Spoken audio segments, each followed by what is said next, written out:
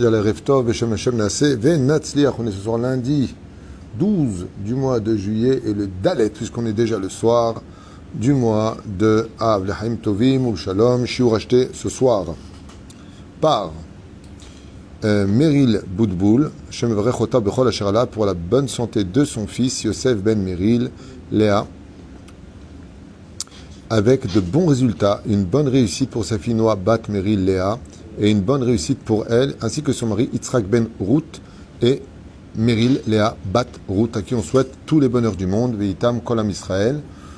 Une fois schéma pour tous les malades d'Israël, on vient de donner la liste, donc on attaque directement ce shiur, et on pensera en même temps à l'âme de notre mon beau-frère Georges Elio Ben Simcha Alice Alav Shalom, Baruch Hashem Tanachenu Began Eden Elion Vechla Shorvim Mimo. Ok. Alors là, on part pour un question-réponse pour ceux qui sont intéressés. Non, c'est pas les sirènes, vous inquiétez pas. Ils n'ont pas besoin d'envoyer des bombes puisqu'ils sont au pouvoir en Israël pour l'instant. Ah, kol shtuyot, kol yetzel et tova v'librach, ba'ezrat Hashem. Sur des questions, il y en a beaucoup. Le jeûne de Tisha B'Av. Alors, le jeûne qui arrive cette année, on a beaucoup de chance puisque En Din Ashavua Shechal Bo. Nous, les Sfaradim, contrairement à nos frères Ashkenazim, on fait beaucoup de choses qui commencent à partir de la semaine du dernier Shabbat qui précède Tisha B'Av. Mais étant donné que Shabbat tombe le 8 du mois de Av, et donc le 9 c'est le lendemain, d'un côté, Tisha B'Av tombe le jour qui n'est pas repoussé, donc il tombe en son jour, mais le Shabbat, grâce à Dieu, le précède. Donc, il n'y a pas de problème. Juste faire très attention de préparer, de ne pas mettre au linge sale vos habits de chol que vous allez remettre Motzei Shabbat. Puisque maintenant, vous allez rentrer dans cette dimension de ne pas mettre un habit repassé de l'armoire, ne commettez pas l'erreur vendredi soir, homme comme femme, de jeter vos vêtements dans le sale. Pourquoi ?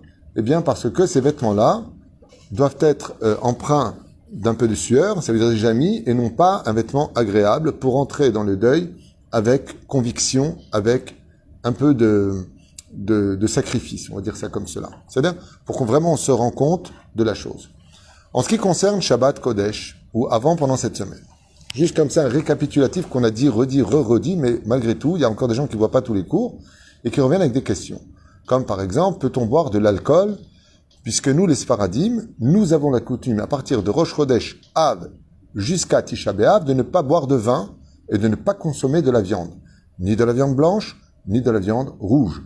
On ne mange pas cette viande-là, sauf les personnes âgées, les enfants de bas âge ou les femmes enceintes qui ont besoin de qui ont besoin de manger, elles pourront consommer cette viande.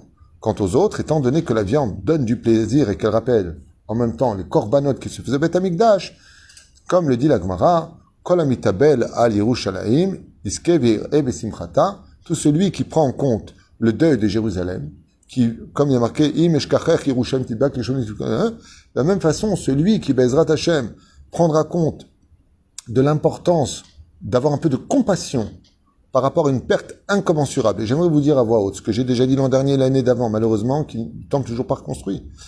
Quand tu auras le Beth Amikdash, on pleurera de joie et de tristesse. Lama. On pleurera de joie de voir le Beth Amikdash et de tristesse de ne pas avoir plus pleuré avant pour l'avoir plus tôt. On se rend pas compte. Pour nous, le Beth Amikdash, c'est une synagogue de plus au centre de Jérusalem avec une lumière et Dieu qui est là-bas. Voilà ce qu'on s'imagine. Alors que pas du tout. Le Beth Amikdash comprend en lui l'identité et la légitimité du peuple d'Israël sur sa terre qui n'est pas négociable. Puisque le Beth Amikdash amène avec lui le Emet et fait disparaître le Sheker. Ce qui fait que toutes les nations du monde, Va'alu mushim be'ar Tzion, nishpot et teresa, va'ita l'Hashem ha'melucha, va'ya Adonai le melech al kol ha'aretz, ba'yom ha'u Adonai echad u'shmo echad. Toutes les nations du monde viendront se prosterner vers Israël, vers le Dieu d'Israël. Il y aura qu'une seule religion, il y aura plus qu'une seule entité divine, un seul monothéisme, et tout le reste disparaîtra. Qui vivra verra. Je ne veux pas rentrer en conflit avec ceux qui ne sont pas d'accord. Chacun sa vie. En attendant, c'est ce que notre Torah, depuis bien avant que ces religions naissent, nous apprennent. Mais il n'y a pas que ça. On pourra comprendre des choses, on pourra avoir des réponses à toutes nos questions. On aura un roi, il n'y aura plus tout ce balagan, il n'y aura plus toute cette touma qu'on est en train d'entendre. Il y aura que de la joie. Azimani Sichok Pinu. Et c'est vraiment dommage que on participe pas un petit peu plus à ce deuil général et national qui a même étonné énormément de grands conquérants comme Napoléon, qui un jour, alors qu'il avait conquis une partie de la Russie, a trouvé des Juifs à même le sol. Il les voyait en train de pleurer. Il a dit, mais pourquoi vous êtes dans cet état qui vous a fait du mal? Il lui a dit, c'est Titus, il a détruit le temple. Titus, mais il est où? Il est où avec son armée? Je vous venge. Il dit, mais non, il dit, il y a 1800 ans, 1700 ans. Du coup, vous pleurez quelque chose des 1700 ans en arrière. L'identité du peuple d'Israël dépendra toujours de ce regard vers Jérusalem, d'où nos prières, partout où on se trouve sur terre, qui se tournent vers Jérusalem. La reine, on évite de boire, on ne mangera pas de viande et on ne boit pas de vin. Par contre, celui qui veut boire une anisette, de l'alcool, une bière, il n'y a aucun interdit en cela. Chez Nehemar, Yahin, Mesameach, Levavenosh. Maintenant, si la personne veut, elle peut. Si elle veut s'en empêcher, t'avois beracha. Michel Chassidut, c'est pas une halakha. Donc, il veut boire une petite, c'est bon, une anisette. Non. À base de raisin, non. Non, c'est Besséder. Il a le droit de boire de l'arak. On parle de vin. Vin, c'est très spécial. C'est sod. C'est là? C'est whisky, c'est clodo. C'est là? Tov. En ce qui concerne le Shabbat, nous, on peut aller normalement se couper les cheveux jusqu'au dernier Shabbat. Il n'y a pas d'interdit pour un séfarade d'aller se couper les cheveux de Rosh Chodesh Av jusqu'au dernier Shabbat. Seulement, étant donné que Shabbat Razon tombe juste avant Tisha B'Av, il est préférable d'éviter de se couper les cheveux ce vendredi, même si Minadine se serait permis, puisque on est encore avant le dernier Shabbat. Aval, de rentrer un peu minouval, de rentrer avec les cheveux un petit peu non soignés, en l'honneur d'Hachem, pour vraiment porter un deuil physique, on ne le fera pas. Il y a beaucoup de gens qui sont marmir à partir de Rosh Chodesh Av, de ne pas aller chez le coiffeur. Aval Minadine, ils peuvent tout à fait se couper les cheveux encore aujourd'hui. C'est-à-dire, se couper les ongles par contre, jusqu'à l'entrée de Shabbat, on peut. Il y a beaucoup de sodot à propos des ongles, ça on peut. Le mieux, c'est de le faire le matin, Bezrat Hashem, pour entrer dans Shabbat. Shabbat lui-même, vous avez bien compris qu'on chante, on mange du poisson, on mange de la viande, et y compris Soudash Lishit. Il n'y a rien qui change. Shabbat, il n'y a pas de signe d'Avelout. Au contraire, si on était plus heureux le Shabbat, si on était plus en shalom le Shabbat, on aurait raccourci cette durée qui n'en finit pas de Tisha B'Av. Mais la reine, il n'y a aucun problème de manger de la viande ou du poisson. Juste que, au niveau pratique, c'est pas ce qu'il y a de mieux, car le poisson donne soif. Donc, je conseille vivement à tout le monde de boire beaucoup d'eau avant l'entrée du jeûne. Ce jeûne paraît très difficile et il fait peur. Parce que c'est le jeûne le plus long de l'année. Il rentre tôt et il sort tard. Mais dans l'absolu, qu'est-ce qu'on rate? On rate un petit déjeuner et on rate le repas de midi. C'est tout. Parce que le soir, on remange. Le dîner, on le retrouve. Donc, faut pas rentrer dans cette situation de torpeur. Mon Dieu, ce que je vais faire. La reine, buvez beaucoup d'eau, prenez quelques vitamines à la limite, prenez un cachet d'aspirine si vous en avez envie avant. Nigma Asipo. Vous avez le droit de jeter autant que vous voulez pour les 3 repas de Shabbat, sans restriction et pas d'échange rasra. J'avais su qu'un jour, pas de truc rasratique, que des choses qui soient Bezrat Hashem, en l'honneur de la Shrina, Shabbat Kodesh, Adam Yesamer. L'une des raisons pour lesquelles le Beth Amikdash n'est pas reconstruit, c'est qu'on a des tronches de Shabbat toute l'année. Si on servait Hashem plus dans la joie, plus dans l'étude, ouais. Vous savez, ça me fait toujours de la peine de voir des vidéos comme ça, vous savez, sur le mec, par exemple, fait du tracteur en plein dans le désert, ouais, il est comme un fou. Le mec joue de la guitare, ouais, comme un fou. Il va à la piscine, il court comme un malade, ouais, comme un fou. Et quand on va au Beth Midrash, tu veux étudier avec moi? Où est ta joie? Viens, un tracteur devant le Beth Midrash, allez, viens.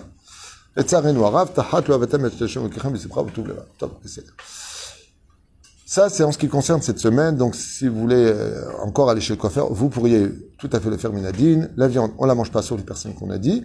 Et en ce qui concerne le Shabbat, Akol, Ragil, juste que par contre, on fera Mincha Gdola, ce Shabbat-là, et Seuda Shlishit, il faut finir absolument avant la Shkia. Mais ça ne veut pas dire que si, parce que j'ai fait le Birkat Amazon, je n'ai pas le droit de boire. Tant qu'une personne n'a pas dit ouvertement, je prends sur moi le jeûne, il peut encore boire ou grignoter quelque chose après avoir fait sa Seuda Mafseket. À partir du moment où vient la Shkia, Donc le coucher de soleil, chaque pays avec ses horaires, vous regarderez à quelle heure chaque ville aussi, ici avec ses horaires. Par contre là on est obligé d'arrêter, et il est bon d'arrêter 5 minutes avant la shkia, de ne pas attendre vraiment la shkia, de se préparer à cela. Et qu'est-ce qu'on fait une fois que c'est fait? On peut encore étudier la Torah, Bezrat Hashem, jusqu'au moment de la shkia. À partir de la shkia, on attend. On attend quoi? La sortie des étoiles pour changer nos chaussures et arriver à la Beth Knesset avec les habits de Tisha B'Av. Il y en a qui les enlèvent uniquement après être arrivé à la Beth Knesset. Chacun après ses minagim. Il y en a qui les enlèvent à la maison, ils viennent. C'est pour ça qu'on fait Arvit, par contre, un peu plus tard que d'habitude. C'est-à-dire vraiment à la sortie des étoiles, on fait Arvit puisque ce sera Arvit de Tisha B'Av. D'accord? Chose très importante, pour la Havdalah, on ne fait pas sur le Bessamim du tout. Nekuda. Quand est-ce que nous on fait la Havdalah? Dans Ata Chonan Tanu. Là-bas, dans la Hamida, on va dire Ata Chonan Tanu. Quand est-ce qu'on fait la bougie?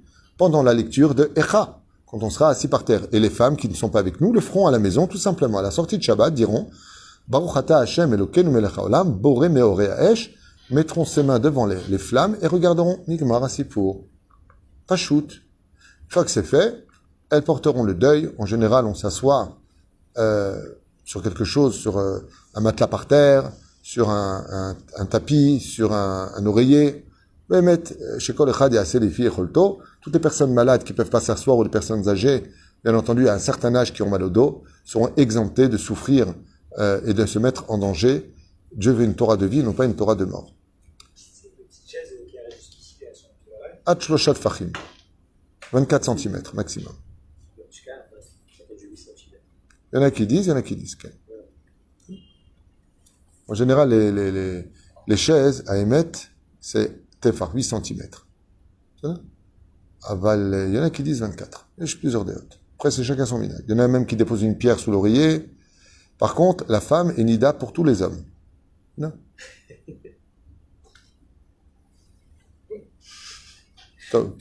La femme est digne de nida, ça veut dire qu'on ne dort pas près d'elle, du tout. Zéou. Nida. Il y a une grande question qui se pose, c'est que les catastrophes de Tchabav ont eu lieu le 8, enfin le 7 exactement, le 8, le 9 et le 10. Qu'est-ce qui s'est passé le 7? Les Goïms ont pénétré le temple et ont déjà commencé à foutre le balagan. Ils ont mis un balagan et de la Vodazara. Quand est-ce qu'ils ont détruit complètement le Beth Amikdash à Tisha B'Av? Quand est-ce qu'ils l'ont allumé? L'après-midi, vers le soir de Tisha B'Av. Donc, quand est-ce qu'a brûlé le Beth Amikdash? Toute la journée du 10.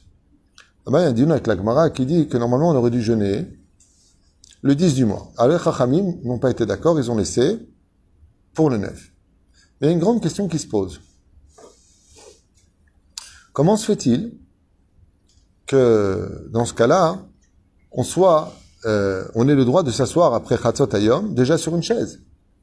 Il y a des femmes qui ont un minag tunisien, par exemple, ou américain, je ne sais pas exactement quel bled, mais plusieurs femmes ont l'habitude de donner un coup de sponja à la maison. Ça veut dire de montrer un signe d'espoir. Alors que c'est le moment où le feu a pris. D'accord? C'est que ça de bahaya. Parce que normalement, on doit tenir compte que le 10, ça a brûlé. Et c'est pour cela que nous, les Sfaradim, oui, on ne mange pas de viande à la sortie de Tisha B'Av, ni même la journée de Tisha B'Av. Après, c'est le minagim. Il y en a qui font jusqu'à Chatzot Hayom, à Balaemet. Il est bon d'attendre jusqu'au soir du 10.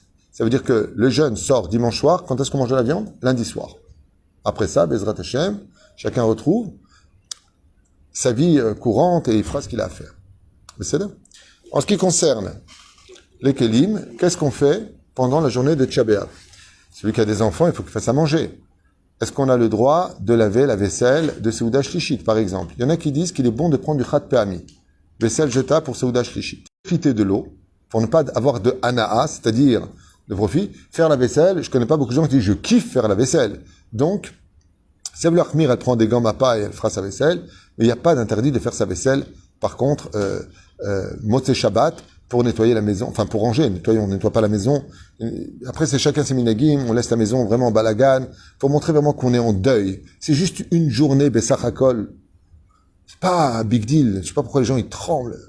On doit trembler du fait qu'on n'ait pas réussi à se taire. On perpétue ce lachon hara, cette haine. C'est ça qui doit nous faire trembler. On s'inquiète toujours sur quand est-ce que va rentrer Tisha B'Av et quand est-ce que va sortir Tisha B'Av. Mais tu poses pas la question pourquoi tu es encore dans Tisha B'Av. Ouais, la différence, elle est énorme. Sur le domaine technique, aval manas. Donc la vaisselle, pour les enfants, on peut leur faire à manger. Les enfants en bas âge, il est évident qu'on ne va pas les faire jeûner. Les personnes qui doivent prendre des médicaments parce qu'ils ont des traitements. Si les médecins ne sont pas anti-religieux, et aujourd'hui c'est une grande question qui se pose,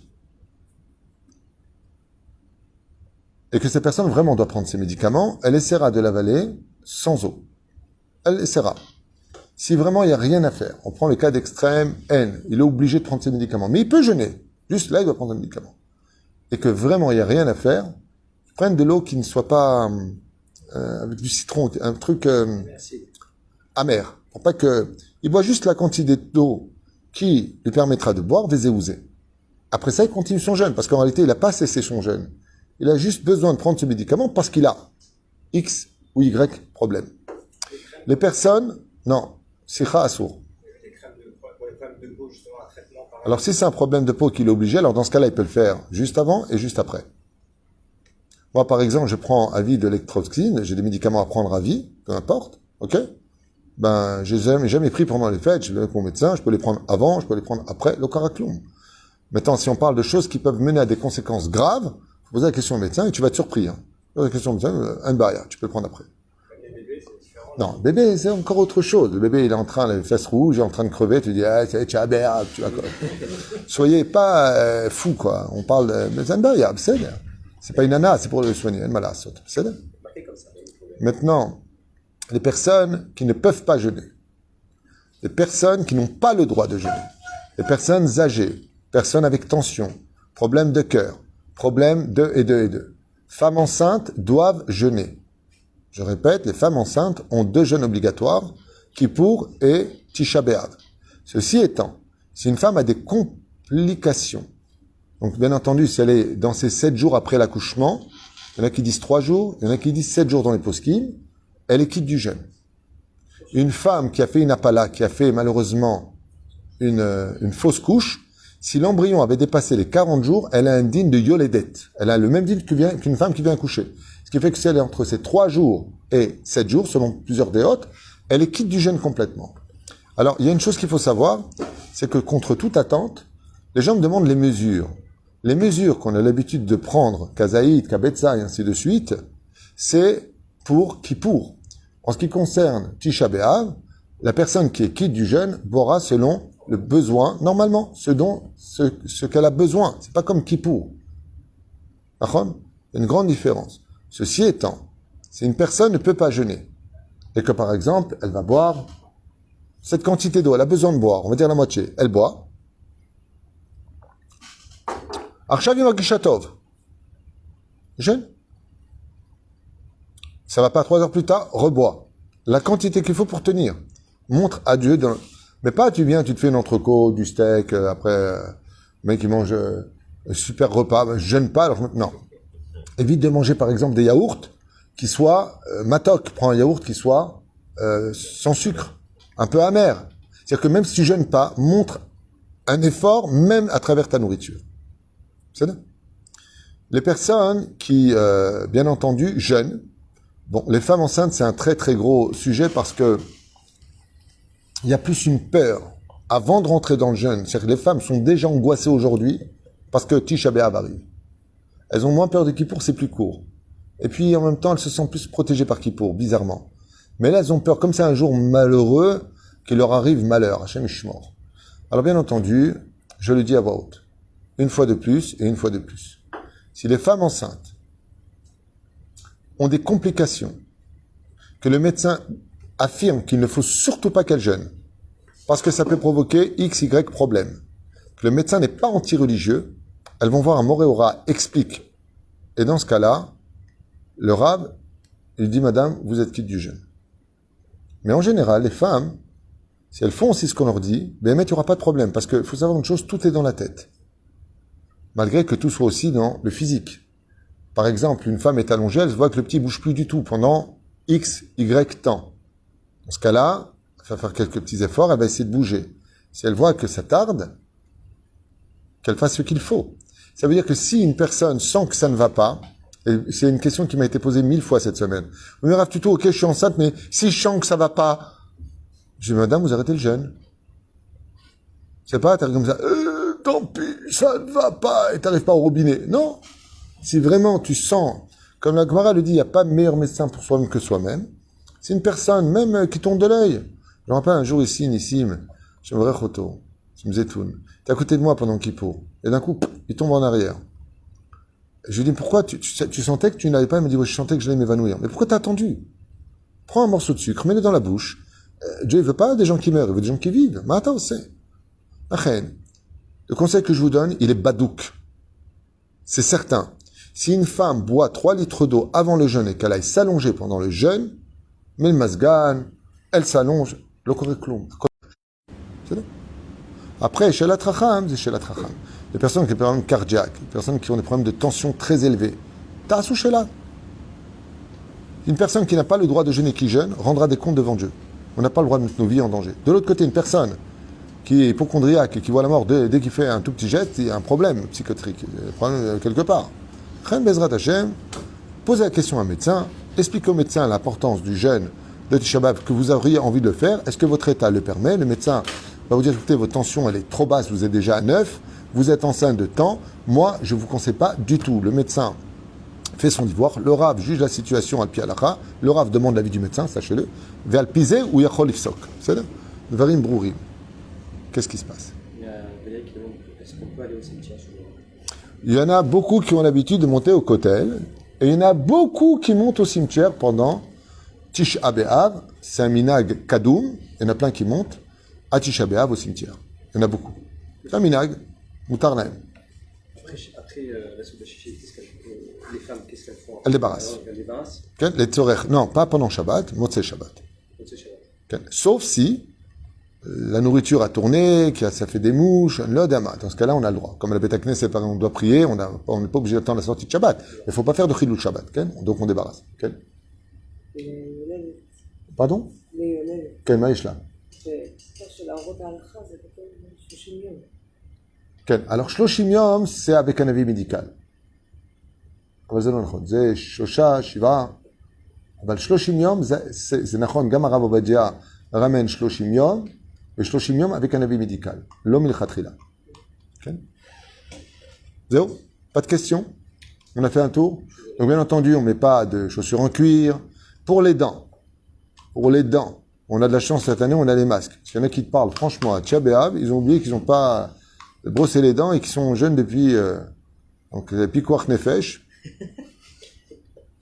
On ne se lave pas du tout pendant Tisha B'Av. L'eau ne doit pas toucher notre corps et le Netilat Yadayim se fait que aux 3 phalanges et pas plus.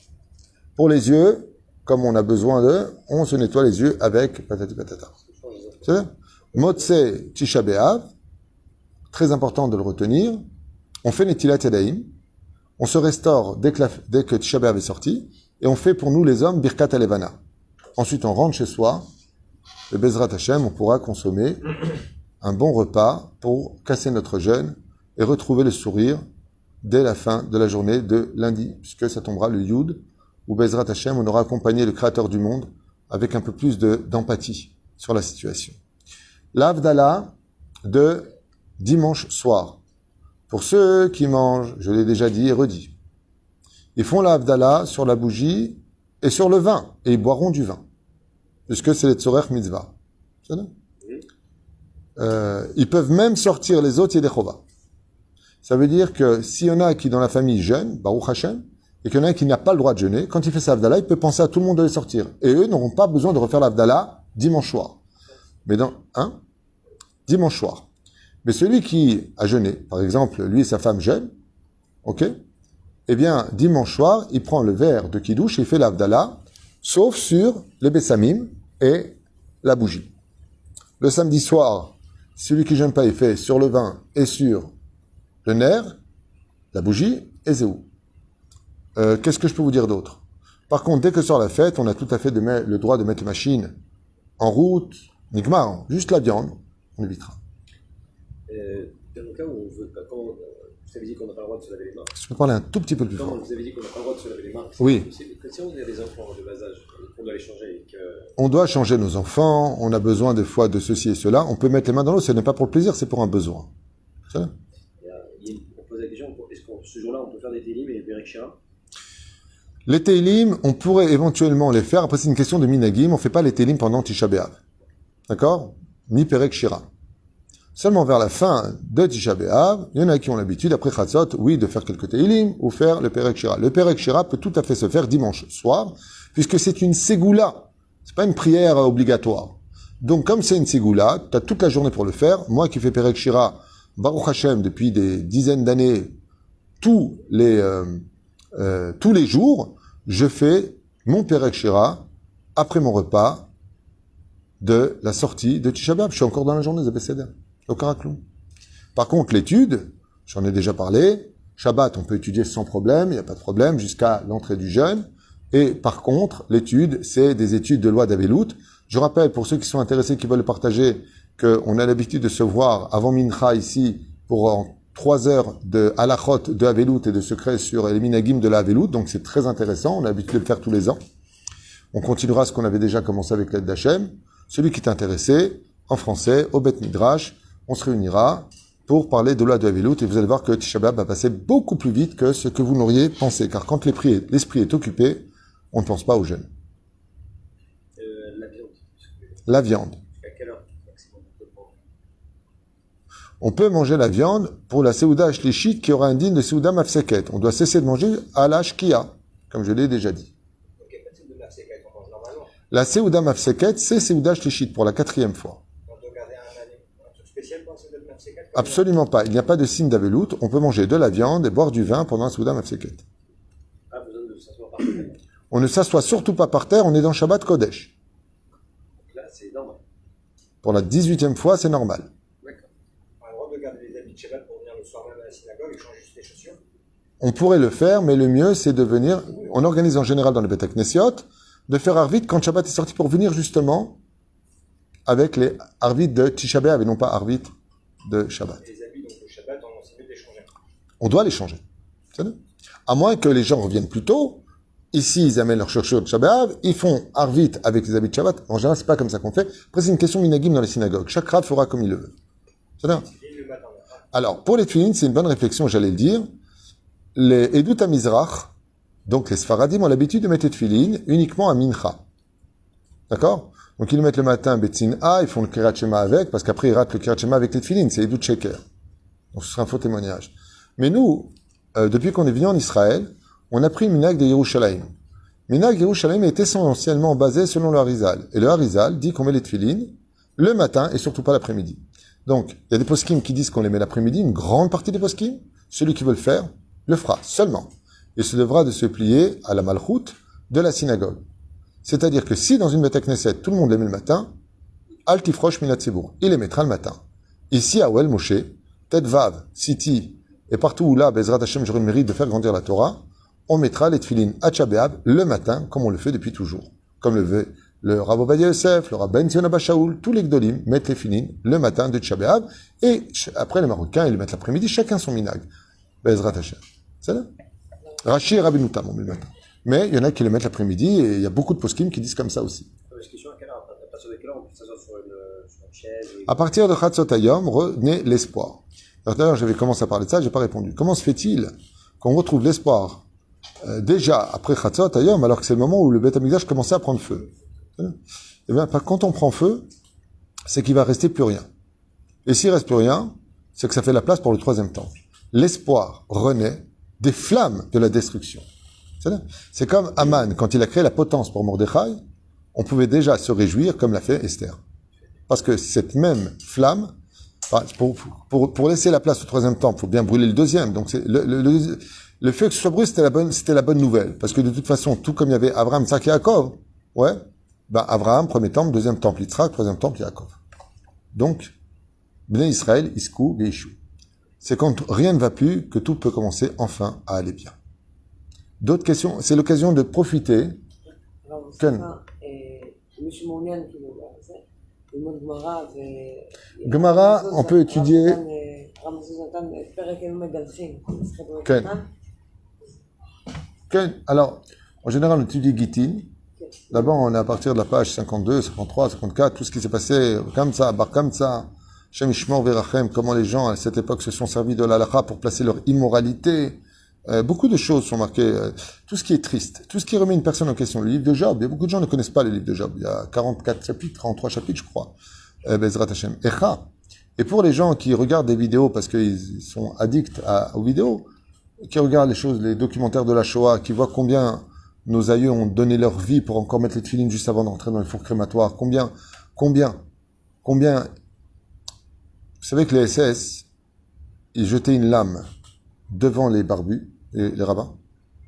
Ils leur disaient, ou tu te rases avec la lame, ouais, ou on t'attache au pare-choc de la voiture, et on te traîne dans toutes les rues de Berlin. Et les rabbinim disaient, je préfère traîner et mourir en donnant ma vie que de passer la lame sur mon visage. Karaï aussi. Tout ce qu'ont voulu les Germanim, l'OSS, c'est que le peuple d'Israël soit dégoûté de la Torah et persuadé que Dieu les a abandonnés.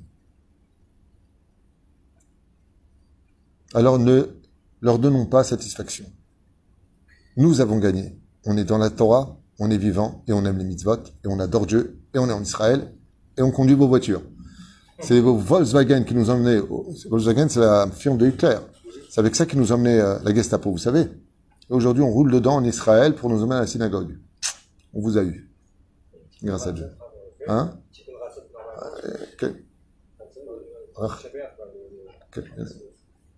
Pas en entier.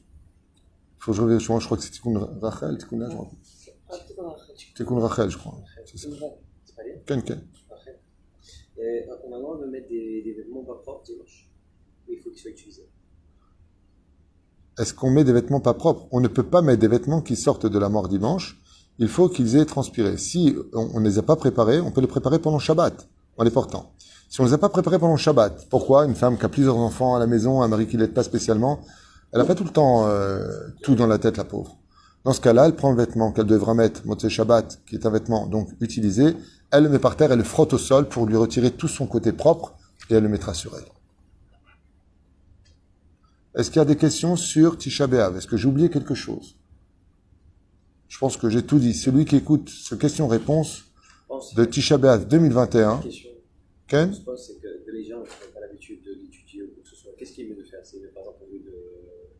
Il est très bon d'étudier les lois du Lashon Hara, et ceux qui ne veulent pas étudier dans les livres, alors essayez d'écouter au moins des cours sur la gravité du Lashon Hara, qui est le sujet principal de Tisha B'Av. Le deuil de Tisha B'Av, c'est vrai que c'est le premier et le deuxième temps, mais est-ce qu'il y a un lien d'avoir plus sur le premier temps que le deuxième temps? Il y a une différence sur les deux temps? Aujourd'hui, je t'avoue franchement, le premier temple a été détruit à cause de l'Avodah Zara, donc l'idolâtrie, l'inceste et le meurtre. Le deuxième temple à cause de la haine gratuite et du Lashon Hara. On peut dire qu'en 2021, aujourd'hui, on a les deux problèmes la destruction du temple ensemble. Il y a Avodah Zara, inceste, Hashem Ishmor, parce que la loi est en train de passer maintenant, Bagat, ça fait voter que 2 homosexuels pourront louer le ventre d'une femme pour leur donner un enfant et faire grandir un enfant entre 2 papas. Hashem Ishmor. Donc on est vraiment dans une débauche comme jamais dans l'histoire on l'a connu. Même en France, ils ne permettent pas ça. Même en France. Quel pays pigalle avec tout. Donc on est vraiment face à une situation où tous les rendez-vous de toutes les impuretés sont présentes aujourd'hui. Les gravités les plus immorales sont présentes aujourd'hui. Avec, je sais pas, c'est très spécial. Les femmes qui vont à la banque de la semence pour avoir des enfants, elles ne connaissent même pas le père. L'enfant va grandir. Ok, mais je voulais avoir un enfant, j'étais pas marié. D'accord, mais l'enfant, t'as pensé à lui? C'est qui son père? C'est une banque. Waouh, c'est très dur. Je juge pas, hein, sachez-le. Mais jamais on a connu ça dans l'histoire. Jamais. C'est waouh. Donc je pense qu'aujourd'hui, si tu poses la question, on doit se remettre en question sur les raisons du premier temple et raisons du deuxième temple. Mais en réalité, qu'est-ce que nous dit la Gemara?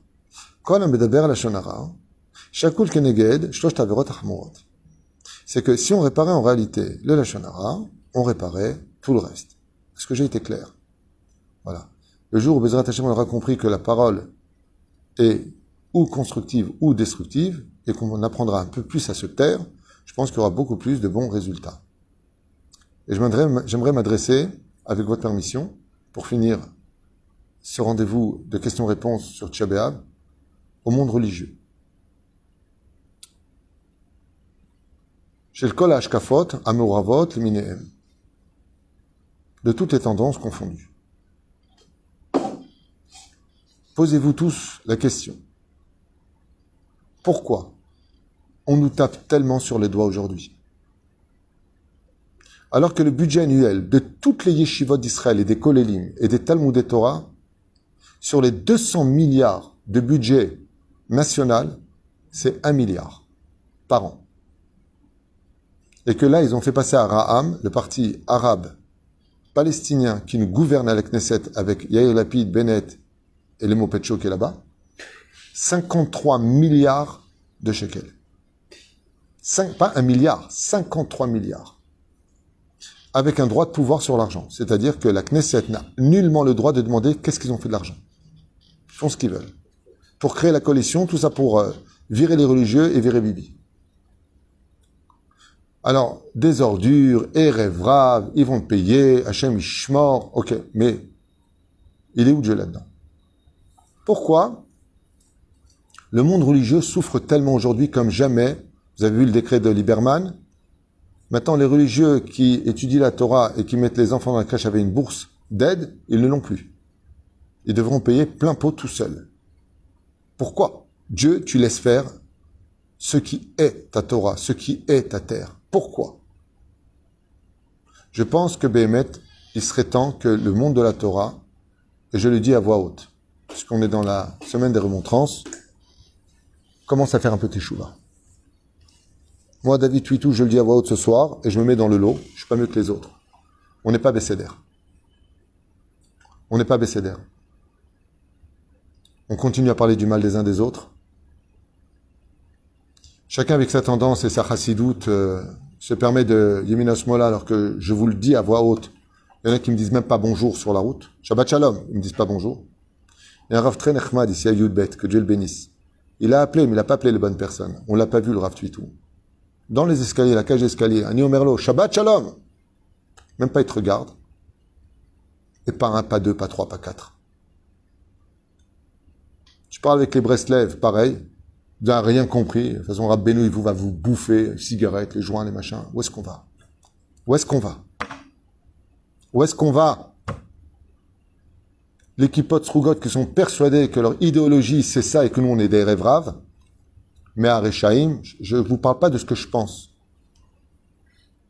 Si tu n'as pas le même chapeau que moi, tu comptes pas dans mon minyan. Si tes chaussettes ne sont pas blanches comme les miennes et qu'elles sont noires, tu n'es pas de chez moi.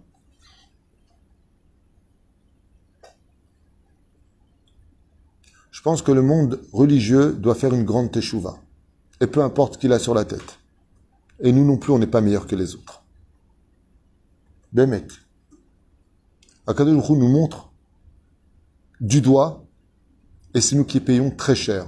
C'est un bon signe. Si on paye cher, avec les kissouim et les chapeaux et la Messirut Nefesh, c'est qu'on paye les dettes avant de vivre la joie, la Géoula. Super. On devrait peut-être se remettre en question. Parce que le monde religieux joue une hypocrisie de shalom qui, moi, personnellement, me débecte. Si tu penses pas comme moi, faut voir. Faut voir. Je reprends encore cette petite vidéo où je ne dis rien de mal. Rien de mal. Je dis, à ce qui paraît, il y a un mec, il y a 2 personnes, en plus Lubavitch, c'est même pas des gens de chez nous, qui disent que pour le rabbi, machin, l'histoire de la perruque qui est longue, rien de mal. Après, je dis, chacun fait ce qu'il veut. Mais faut pas oublier que le Rav Ovadia, il interdisait la perruque, chose que vous pouvez dire dans la Bia Omer, et avec lui, 40 poskim. J'ai rien dit de mal. Ouais. Faut voir le motzi shem ra, le lachonara des gens sur les réseaux. Où il est chassid à 2 balles? Où est ton kafsrout? Où est ta question? Où est le coup de téléphone? Rav Tuitou, qu'est-ce que vous vouliez dire? Pas motzi shem ra, lachonara. Et c'est pas un. Et c'est pas 2. Moi, je suis pas touché par ça. J'ai pas de temps à perdre avec ces gens-là. M'intéresse même pas les pauvres. Les vrais Lubavitch, ceux qui s'étudient vraiment la Torah, les vrais Talmidei Chachamim, ils connaissent très bien qui je suis, ils connaissent très bien mon attachement à la valeur des écrits du Rabbi Lubavitch, combien je suis proche du Rabbi Nachman, combien d'années j'ai étudié Maran Rav Kook, combien d'années, plus de 12 ans j'étais au cours du Rav Ovadia Yosef. j'ai pas du tout de leçon à recevoir d'eux. Mais la Torah, c'est la Torah. Ma femme porte une perruque courte avec un kissouille dessus. Ma femme. Et je suis anti-perruque, ça fait juste 30 ans que je crie sur les toits. Mais ça m'empêche pas d'étudier le Rabbi Lubavitch. Le Rabbi Lubavitch, c'est le Rabbi Lubavitch. Moi, j'ai dit quelque chose de mal. J'ai même dit ouvertement, cette vidéo-là, faut même pas lui dire, on sait même pas d'où ça sort. Peut-être c'est inventé. Ah ben, c'est intéressant quand même de retenir ça parce qu'il y a des références des poskim qui le disent. J'ai rien dit de mal. J'ai expliqué que le Rabbi, c'est vrai que pour les perruques, il disait qu'il faut pas qu'un cheveu sorte. On connaît tous le Zohar. Je les ai vus, ces vidéos. Mais à cette époque, les femmes portaient des perruques très courtes. Et c'était du synthétique. C'était l'époque des années 80. Revenez sur la réalité. Maintenant, si une femme a envie de porter une perruque de vrais cheveux jusqu'en bas, mais qu'elle fait ce qu'elle veut. Je suis pas en train de la juger. Je vends pas des perruques, moi, ou je vends pas des foulards. Je suis pas en guerre contre elle. Mais si ça va pas dans votre sens du poil, alors vous faites la guerre. Mais qu'est-ce qui vous arrive? Dans cette même vidéo, j'ai rabotaille. Allez voir vos rabbinim. Ce qui vous dites, vous faites. Plus que ça, qu'est-ce que vous voulez? J'ai traité les femmes de ceci, j'ai dit du mal. On devrait vraiment se remettre en question. Béhémet. Que quelqu'un qui soit pas dans la Torah me juge mal, je comprends. Mais quelqu'un qui étudie la chassidout et le balantatania, kacha ou chauffet, telle haine dans les réseaux sociaux, j'ai envie de leur dire que c'est à cause de ça qu'il n'y a pas de Beth Amikdash. Et j'ai une preuve de ce que je peux dire. Tahat lo avatem et Hashem elokechem besimcha. Parce que vous n'avez pas travaillé pour moi dans la joie. Donc, machma qu'on a travaillé. À qui Dieu s'adresse? Aux religieux. Nous sommes responsables des dégâts que nous avons nous-mêmes créés par notre bêtise humaine en se cachant derrière des halachot et une Torah et un Rav. C'est vraiment dommage. Parce que qu'eux, ils s'entendent pas entre eux, c'est normal. Mais nous, on travaille le même Dieu. C'est la même Torah, à peu près, entre le Tanya et l'écouté Moharan et le Rot à Tchouva du Rav Kook et les écrits du Rav Ovadia Yosef. On travaille pour le même roi. Pourquoi on n'arrive pas à s'entendre? On se déteste. Ça, c'est la vérité qu'on cache. On parle de Hardout si tu me ressembles. Et tout le monde pareil. Tout le monde. Tu vas voir ceux comme mon chapeau, ah, les autres. Non loin d'ici, un rave que je connais qui fait des séminaires a demandé, dans une bête Knesset, Lubavitch. Ça fait le tour de la ville, hein, sachez-le. S'il pouvait utiliser une pièce pour enseigner, il a plus de 30-40 élèves qui le suivent partout où il va. La réponse a été, si ce que vous enseignez n'est pas Lubavitch, vous ne pouvez pas rentrer ici enseigner votre Torah. Moi, j'ai pas de problème avec ça. On lui a offert Tedvav. J'ai dit à mon fils de lui ouvrir les portes chez nous. Malheureusement, ce rave a eu un accident, une Hachamaïm. On attend qu'il se remette avec ses 30-40 élèves jeunes qui ont tous 16, 15, 16 ans. Ouais. Mais viens pas parler d'Ardout derrière, je t'en prie. Viens pas parler d'Ardout. Viens pas me parler d'Ardout. Viens pas me parler d'Ardout quand tu dis on est un seul peuple et que t'es pas capable d'enseigner autre chose que Rabbeinu. C'est pas que Rabbeinu, il est moins ou plus que les autres. Je rentre pas dans ce qui est plus grand que qui. C'est pas ce qui m'intéresse. Rabbeinu, c'est Rabbeinu. Moi, je compare pas Rabbeinu. Rabbeinu, c'est ma révélation. Mais ça m'empêche pas de parler du Maharal. Ça m'empêche pas de parler du Rabbi. Le Rabbi, c'est le Rabbi. Rabbi Nachman, c'est Rabbi Nachman. Pourquoi cette ségrégation de l'autre? On est hypocrite. Et on le paye cher. Parce qu'on se cache derrière des moralités de Torah. T'as dit du mal de mon rab, tu vois ce que je vais te faire. Imbécile. Combien tu es petit d'esprit. Je souhaite à beaucoup de Lubavitch d'avoir autant de respect que moi j'en ai pour le Rabbi. Pas une seule fois dans la New York, je ne suis pas allé sur sa tombe, pleurer sur sa tombe, prier le Rabbi. Adam Yacholiot Katan Barosh. Parce qu'on le dérange dans sa vie de tous les jours. Pac! Qui tu es, toi? Je peux vous affirmer juste une chose. Et là, je vais dire quelque chose de très orgueilleux en vous laissant avec le sourire, ou peut-être pas. Moi, je suis pas un grand Torah. Vous me connaissez, ça fait longtemps que vous me suivez ici. J'ai jamais dit que j'étais un Talmid Chacham. J'ai jamais dit que j'étais un grand Rav. Et quand je suis assis sur ma chaise de Rav, j'ai toujours dit que je suis comme au canyon. Vous savez, le gardien. Je suis là pour qu'il y ait toujours le céder. Je pourrais me la ramener et faire me gonfler. Celui qui me connaît, je me lève devant une personne âgée comme devant un enfant. Vous le voyez tout le temps. Il y a une chose dans laquelle je peux me vanter. Une seule chose. Une seule chose. elle m'a été confirmée du ciel, sans rentrer dans les détails. C'est que ma Torah, c'est une Torah de vérité. C'est la seule chose que je puisse vous dire. Ma Torah, celle que j'enseigne, Behemet, Zeh Torah Shel Haemet. Et si vous me posez la question d'où je sais que les rêves ne sont pas significatifs. Ne me le dis pas à moi, ça fait 25 ans que j'étudie les rêves. 26. C'est qu'on vient nous dire du ciel, pas de chez moi. Plusieurs personnes m'ont dit qu'ils ont rêvé de me dire que ma Torah est Torah Emet. C'est pas moi qui l'ai rêvé. C'est des gens qui me l'ont dit. Pas un, pas deux, pas trois, pas quatre, pas cinq, pas six, pas six. Des dizaines de personnes depuis des années et des années. Il y a même un moment où je vous raconte une anecdote où j'ai voulu, avant de rencontrer mon épouse, arrêter d'enseigner la Torah. Une période très difficile de ma vie. Je vais vous faire un... J'ai une personne qui vient me voir et il m'a dit, moi, tu comptes arrêter peut-être d'enseigner la Torah? J'ai dit, non, il m'a dit, parce que Lucien, on m'a dit de te dire qu'il ne faut pas que tu arrêtes. Ta Torah, c'est une Torah de vérité. Alors même si j'ai peut-être pas les mots, j'ai le droit peut-être à l'erreur, peut-être je suis maladroit, ça ne donne pas aux gens le droit ni de me critiquer, ni de m'insulter, ni moi, ni personne d'autre. Ni moi, ni personne d'autre. T'es pas d'accord, c'est ton droit. Mais si t'as un peu de barbe sous le menton et un peu de gigotte dans la tête, ne te comporte pas comme quelqu'un dont la Torah est sa mavette. Fais attention. Parce qu'aujourd'hui, si on en est là, posez-vous la question, pourquoi aujourd'hui le monde de la Torah souffre tellement? Qu'est-ce qu'on fait de la shonara les uns sur les autres? On se maudit les uns les autres. On s'insulte les uns les autres. On se veut du mal les uns les autres. Et ce sera ma tochacha pour aujourd'hui. Et j'espère que le monde de la Torah, le monde de la lumière, le monde de la vérité, qui est celle de chaque rave, chaque personne a le droit de comprendre et d'imaginer que son rave, c'est le meilleur. T'as raison. T'as même le droit de penser que ton rave, c'est le Mashiach. Pense-le. Mais ça ne te donne pas le droit de dénigrer l'autre rave ou quelqu'un qui n'est pas d'accord avec toi alors que lui-même, il a ses références. Moi, quand je parle, c'est pas ce que je pense. Vous voulez que je vous ramène le Yabia Omer, ce qu'il dit sur ça? Alors quoi, on va brûler Yabia Omer parce que ça vous plaît pas? Vous êtes devenus fous? On va brûler Shammai parce qu'il n'était pas d'accord avec Hillel? Ou Rabbi Ishmael parce qu'il n'était pas d'accord avec Rabbi Akiva? Mais qu'est-ce qui vous arrive? Faites ce que vous avez à faire, vivez ce que vous avez à vivre. Mais soyez au moins capable d'avoir un tout petit peu d'humilité pour comprendre qu'il y a d'autres opinions que les vôtres et que vous devriez peut-être réfléchir. Combien de fois j'ai dit envoyer Rav Tutu, vous avez dit, Baba Salih, il a dit qu'avec c'est la perruque qui va consommer, qui sera le combustible de son Gainam. Oui, je l'ai envoyé à tout le monde. Et il y a une personne qui a répondu quelque chose de très mignon. Il voit comme ça la biographie de Baba Salih, et Baba Salih le dit noir sur blanc. Et cette personne qui cherche la vérité, je l'ai beaucoup apprécié, c'est un Lubavitch qui a répondu, c'est ma femme qui était à côté qui lui a répondu exactement, je suis franc avec vous. Oui mais madame, oui mais Rav, on ne peut pas se fier aux biographies.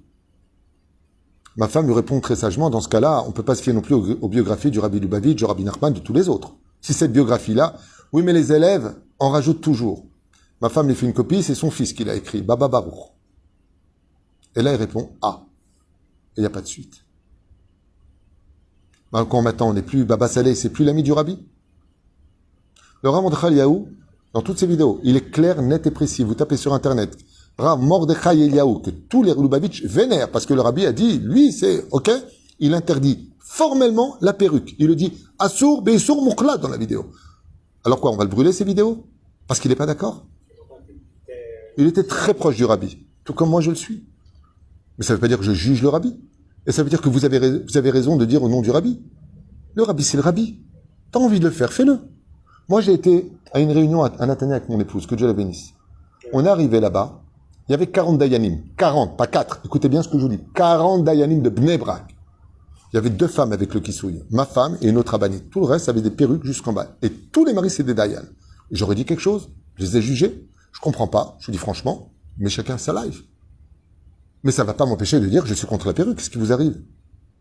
Oui, mais avec la perruque, on voit pas les cheveux. T'as raison. Je suis pas Dieu, moi. Je suis pas en train de te juger. Je suis simplement en train de te dire, si tu peux trouver une solution pour qu'elle soit, par exemple, plus courte, synthétique, tu sortiras du conflit.